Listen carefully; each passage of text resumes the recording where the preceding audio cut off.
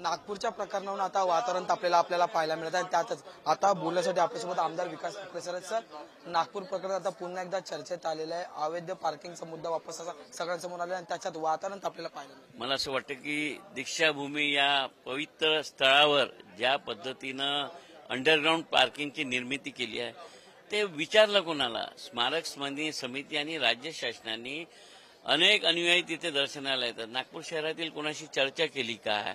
मला वाटते कुठलंही विकासाचं काम होत असताना तिथले जनप्रतिनिधी असतील, त्या विशिष्ट स्थानाशी जुळलेले नागरिक असतील, यांच्याशी चर्चा करून केलं तर ते काम पुढे येतं। परंतु मला वाटतं हे असं केलं नाही आणि त्यामुळे ही परिस्थिती उद्भवली आहे। आताच आमच्या नितीन राऊत साहेबांनी सभागृहात मागणी केली आहे की ते काम थांबवावं।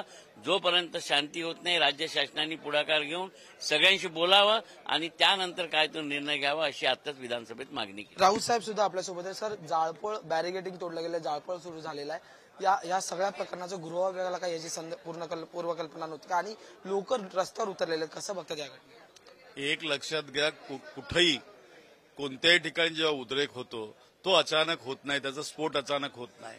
या ठिकाणी आंबेडकरी जनतेच्या भावनांचा उद्रेक झाला, स्फोट झाला, तर हे कितीतरी दिवसापासून शिजत असेल तर राज्य शासनाची गुप्तचर यंत्रणा काय करत होती?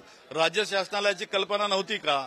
आणि आज जेव्हा अचानक ही बाब समोर आलेली आहे यावर राज्य शासनावरच बोट जातं आणि राज्य शासन या ठिकाणी जनतेची दिशाभूल करत आहे, आंबेडकरी जनतेला फसवलं जात आहे।